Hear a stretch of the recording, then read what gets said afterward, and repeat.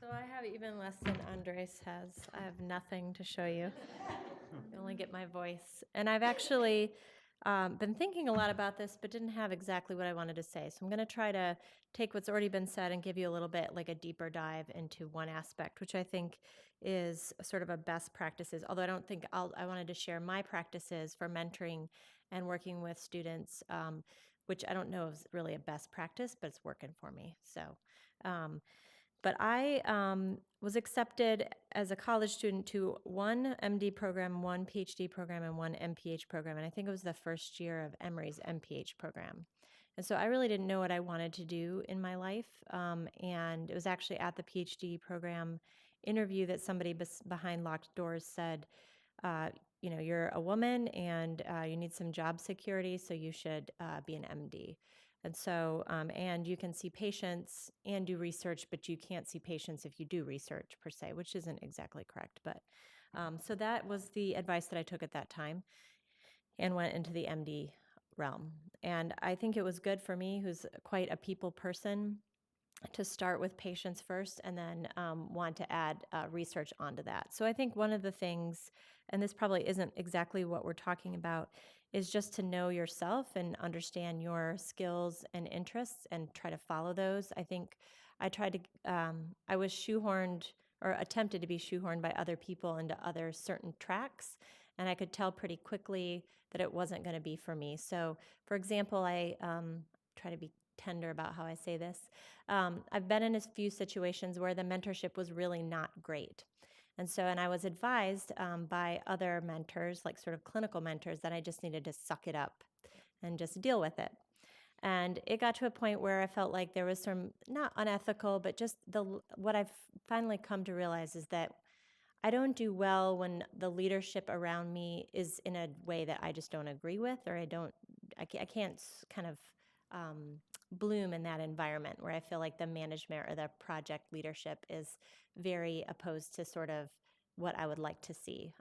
And it's not that it's unethical, but sometimes there's some borderline unethical. So that's one thing I learned about myself is I actually like to be my own boss. And so I will say that it's cost me quite a bit of like staying maybe with mentors that are difficult and kind of figuring out the way through that and succeeding on the other side and building that resilience. I realized that I really, really like to just be in charge because I feel the most comfortable leading my group and with the way that I want to manage things. But again, I think it's cost me some ability to have sort of more time with people kind of mentoring me in science specifically. So I'm still looking for even though I'm been on faculty starting on my 8th year, I'm still looking for some of those holy grails like a RO1 or different larger grants. And that's because I think I've taken a little bit of a longer trajectory to get there, but I'll get there one day. And so I think knowing yourself and knowing how you're going to thrive and in what situations you're going to thrive. So I thrive and nobody being in my business and in the laboratory and the way people are managed and treated being the way that I would want to be managed and treated. In terms of collaboration with students, I've thought a lot about this.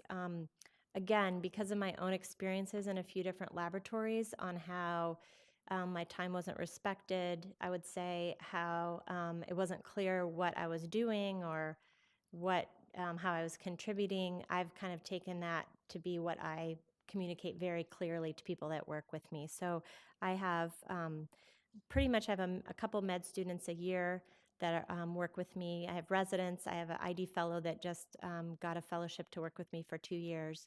And so what I try to do is figure out two things really, kind of figuring them out. What are they good at? What can they do well? What do they need help with? And then also figuring out their time.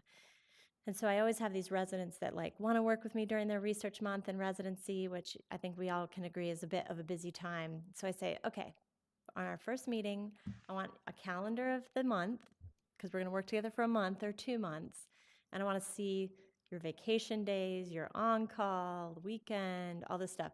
So they'll bring it into me often. They're like, I have 11 days. I'm like, I know. Most people have 11 days. I got you. So what we do is we make the deliverable from that month really match the amount of time. So we often do a case report because that's really important to me because I Also felt like that wasn't always something that was a priority for people I worked with. It's really important for me for them to get something from that month. So I would say of everybody that's worked with me, there are maybe 1 or 2 people that did not get a paper of some sort out of what we did. It might be a small case report, but yeah, well, I mean, when you got 11 days to devote for it, it's not going to be a manifesto here. And so we spend a lot of time just making sure, I basically program manage their time. So we talk about deadlines and we do all that on the first meeting so they feel comfortable and I feel comfortable with what they want to do. If they get really excited about what they're doing and they're willing to work off hours at different parts of their residencies, then some of those collaborations continue. And that's always exciting to see when people want to keep working with you outside of like a defined time. So I had a recent med student that was quite a challenge. For me to manage, but I am happy to say that he has a provisionally accepted paper in a very high impact journal, and he's the first author. And so, how did that happen? Well, he had a prolonged period of time he got to work with me, so that was the key, like 8 months. Um, I had tried to have him work with a study coordinator to kind of work on his project. I had him try to work with the ID fellow on his project, and both of them said, "This guy guy or gal is so basic that it's like going to take me too much time to get this person up to speed." And so, what I decided, since it's my name on the line, and neither of these people had, volunteered to be the mentor, that what we did was we met every week. I met every week with him, and we started at the basics: how to do an Excel spreadsheet, how to put together a survey. And so this individual ended up calling. We do fecal transplants, give one person's poop to somebody else who has a dysbiotic gut, and I could go into that forever, but I'm trying to stay out of that. I get very excited about poop. So healthy poop, of course, not bad poop. So he called 300 people and asked them through a survey. So we have taken care of 300 patients, have gotten these fecal transplants. We wanted to talk about durability and how long they lasted and how people did after that. That data isn't really out there too much in the literature. But this was a simple project. This isn't earth-shattering, but we had a large number. And so this person was not super happy to be doing something as mundane as calling patients. That seemed like not the cool project that they wanted to do. But they got on board and did a really good job. Again, had to help him set up his spreadsheet, really basic things, but we worked through that every week. We spent an hour every week. Got accepted to present a poster. I thought, oh no, I wonder if they know how to do a poster. So sure enough, because now this person had moved on to their rotations, and I thought, yeah, do you need a template for a poster? So resourcefulness was something we had to talk about and work through. Do you need a hotel room if you're going to a new place? Do you need a flight?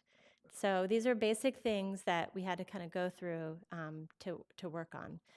Even when the paper was accepted or provisionally accepted this week, there was like a 5-day no response to my email, which, of course, when I get a paper provisionally accepted, I'm pretty excited.